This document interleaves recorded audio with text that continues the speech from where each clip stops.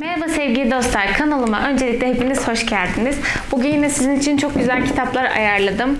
Bu kitapları birazdan anlatıyor olacağım. Aşağıdan linklerine de zaten kitapların ulaşabilirsiniz. 28. haftada da yine bir kitap tavsiyesi yapmıştım. Şimdi 30'lu haftalara geçmişken tekrar bir size tavsiyelerde bulunmak istedim. Okuduğum kitapları anlatıyor olacağım. Evet, şimdi videoya başlayalım. 31. gebelik haftasına hepiniz hoş geldiniz. Umarım 31. haftanız çok güzel geçmiştir, çok rahattır.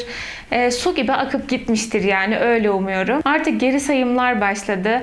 Bu biraz korku, biraz heyecan, yani bütün duyguların karmaşık olarak yaşandığı bir hafta diyebilirim.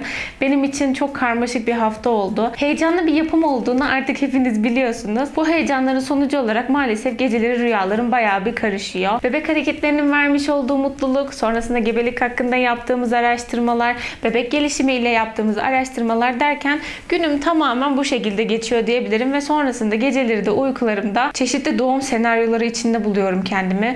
Bazen korkutucu oluyor, bazen çok güzel oluyor ama sonuç olarak bebeği hiçbir şekilde yüzünü göremiyorum. Bebek sürpriz bir şekilde bakalım kendini inşallah 9 hafta sonra gösterecek zaten. Rabbim sizlere de bebeklerimize de inşallah sağlık versin. Gerisi hiç önemli değil. Evet, böyle diyorum, işte stres olmayın diyorum ama dedikçe de yine de stres olunuyor yani maalesef. Bunun için neler yapılabilir? Kafanızı dağıtabilecek başka şeyler yapabilirsiniz.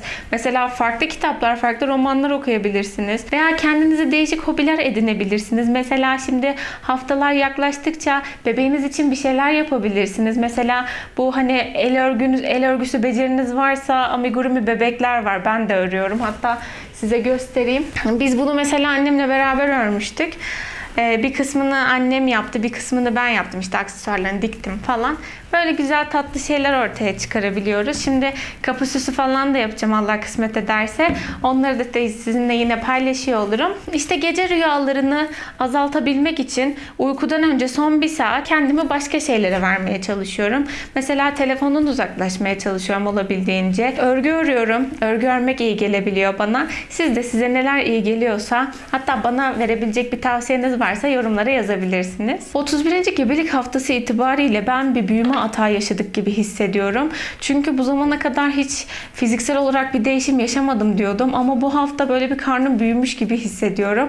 Bu beni biraz mutlu ediyor. Ama sakın fiziksel özellik olarak kendinizi başkalarıyla kıyaslamayın. İşte onun karnı daha çok büyümüş, onun bebeği daha mı büyük acaba diyebilirsiniz. Ya da etrafınızda size bu tarz şeyler söyleyenler olabilir. Hiç kafanıza takmayın. Çünkü mesela benim ilk gebeliğim olduğu için ilk gebeliklerde karın içerisindeki kaslar daha sıkı bir yapıya sahip olduğu için karında çok hızlı ve büyük bir büyüme gerçekleşmiyor. Bence bu bir avantaj. Hatta son haftalarda hareketlerimizin kısıtlanmaması için de bence karnımızın çok da büyümemesini isteyeceğiz diye düşünüyorum. Yani size eğer doktora gittiğiniz zaman doktorunuz bebeğiniz haftasıyla uyumlu, kilosu boyu yerinde diyorsa sizin fiziksel değişiminiz çok da önemli değil açıkçası. Bebek hareketlerinden kısaca bahsetmek istiyorum. Bu bebek hareketleri kişiden kişiye değişebiliyor.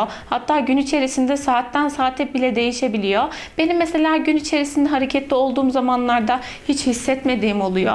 Geceleri mesela beni uykudan uyandırdığı oluyor. Siz takip edin kendinizi. Eğer sizi şüphelendirecek, korkutacak kadar bir hareketsizlik hissediyorsunuz, bunu doktorunuzla paylaşabilirsiniz. Bunun öncesinde mesela neler yapabilirsiniz? Tatlı bir şeyler yiyip evin bir köşesine çekilerek kendinizi dinleyebilirsiniz. Yani çünkü tatlı yedikten sonra ufak bir hareketlenme olacaktır. Anında olmasa bile bir yarım saat içerisinde falan bir hareketlenme hissedebilirsiniz. Günlük rutinleriniz bebek hareketini etkiliyor olabilir. Çünkü beşik etkisi yarattığından dolayı bizim yürüyüşlerimiz, oturup kalkmalarımız. O yüzden onun hareketlerini hissetmiyor olabilirsiniz. Kilonuz bile bu bebek hareketleri için çok önemli. Eğer fazla kilonuz varsa bebek hareketlerini daha az hissedebilirsiniz. Ama yine en doğru cevabı size doktorunuz verecektir. İçiniz rahat etmiyorsa kesinlikle doktorunuza sorun. Etrafınıza sormayın. Mesela bizim hareket rutinimiz genelde gün boyunca, özellikle bu hafta gün boyu hareketsiz gibiydi. Yani ben eğer şöyle eğik bir vaziyette oturuyorsam o zaman bazen dürtüklüyor beni, kalk düzgün otur diye. Ama genel olarak bir rutini var. Yani şu an uyandığını hissediyorum.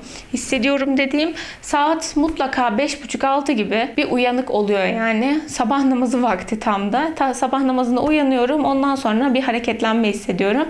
Hatta bazen hareketlenmesi o kadar şiddetli oluyor ki mesela sol tarafıma yatıyorum. Sol tarafıma yattığımda resmen orada böyle pıtır pıtır bir şeyler yapıyor. Hani sanki pozisyonunu değiştir gibi. Sonra sağ tarafıma dönüyorum. Bu sefer orada da beni rahatsız ediyor.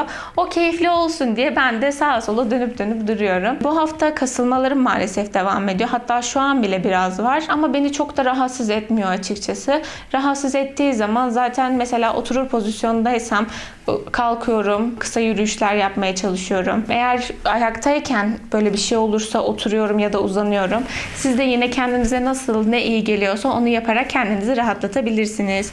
Şimdi bu haftanın kitaplarına gelecek olursak ben 31. gebelik haftasında Hoş Geldin Bebeğim kitabını okudum. Senay Demirci'nin yine iki doktorla beraber derlemiş olduğu bir kitap. Bu kitap çok eski bir kitap. Bizim evde de vardı. Önce evdeki kitapları bitirmek istedim. Kitap içeriğinden bahsedecek olursak kitap gebelikle başlamamış bu sefer. Doğumla başlamış. Doğum ve doğum sonrasında sizin ve bebeğinizin karşılaşabilecekleri durumlardan bahsediyor. Mesela anne olarak siz doğumdan sonra neler yaşayacaksınız? Bunları kısaca özet geçiyor. Zaten bayağı ince bir kitap. Bunu da yine açıklamalar kısmında linklere ekleyeceğim. Onun dışında bebeğimiz 1. ayından 24. aya kadar neler yapabilir, hangi becerilere sahip olabilir şeklinde güzel şöyle bir tablolar oluşturmuşlar. Mesela bir tane örnek vereyim. 2 aylıkken bazı sesleri çıkarmaya başlar, nesneleri izler, kısa süreliğine başını kaldırabilir, tebessüm eder, başını 45 derece açıyla tutabilir, hareketleri netleşir tarzında ufak ufak notlar var. Ben beğendim, gayet güzel, tatlı bir kitaptı. Çok hızlı bir şekilde elimden geçmiş oldu. Şimdi 31. hafta itibariyle gebelikle ilgili okuduğum kitaplar %40 ise artık bebekle ilgili hazırlıklarım %60 oranında oldu diyebilirim. Bundan sonra yine aynı yayın evinin Annem Dünyada Bir Tanedir diye bir kitabı var. Bu da çocuk diliyle çocuk psikolojisinden bahsediyor. Buna da daha başlamadım. İlerleyen haftalarda başlayacağım inşallah. Başladıktan sonra zaten tekrar okuduktan sonra sizinle yorumlarımı paylaşıyor olurum. Sizin yine bana tavsiye etmek istedikleriniz var mı? Yine yorumlarda bekliyorum inşallah. Kanalıma henüz abone değilseniz şimdi hemen abone olabilirsiniz. Aynı zamanda videoyu beğendiyseniz beğenmeyi ve diğer içeriklerimden anında haberdar olabilmek için bildirim zilini açabilirsiniz. Kendinize çok iyi bakın. Ben hep dualarımda sizlerleyim. Sizler de dualarınızda beni eksik etmeyin. Allah'a emanet olun. Görüşmek üzere.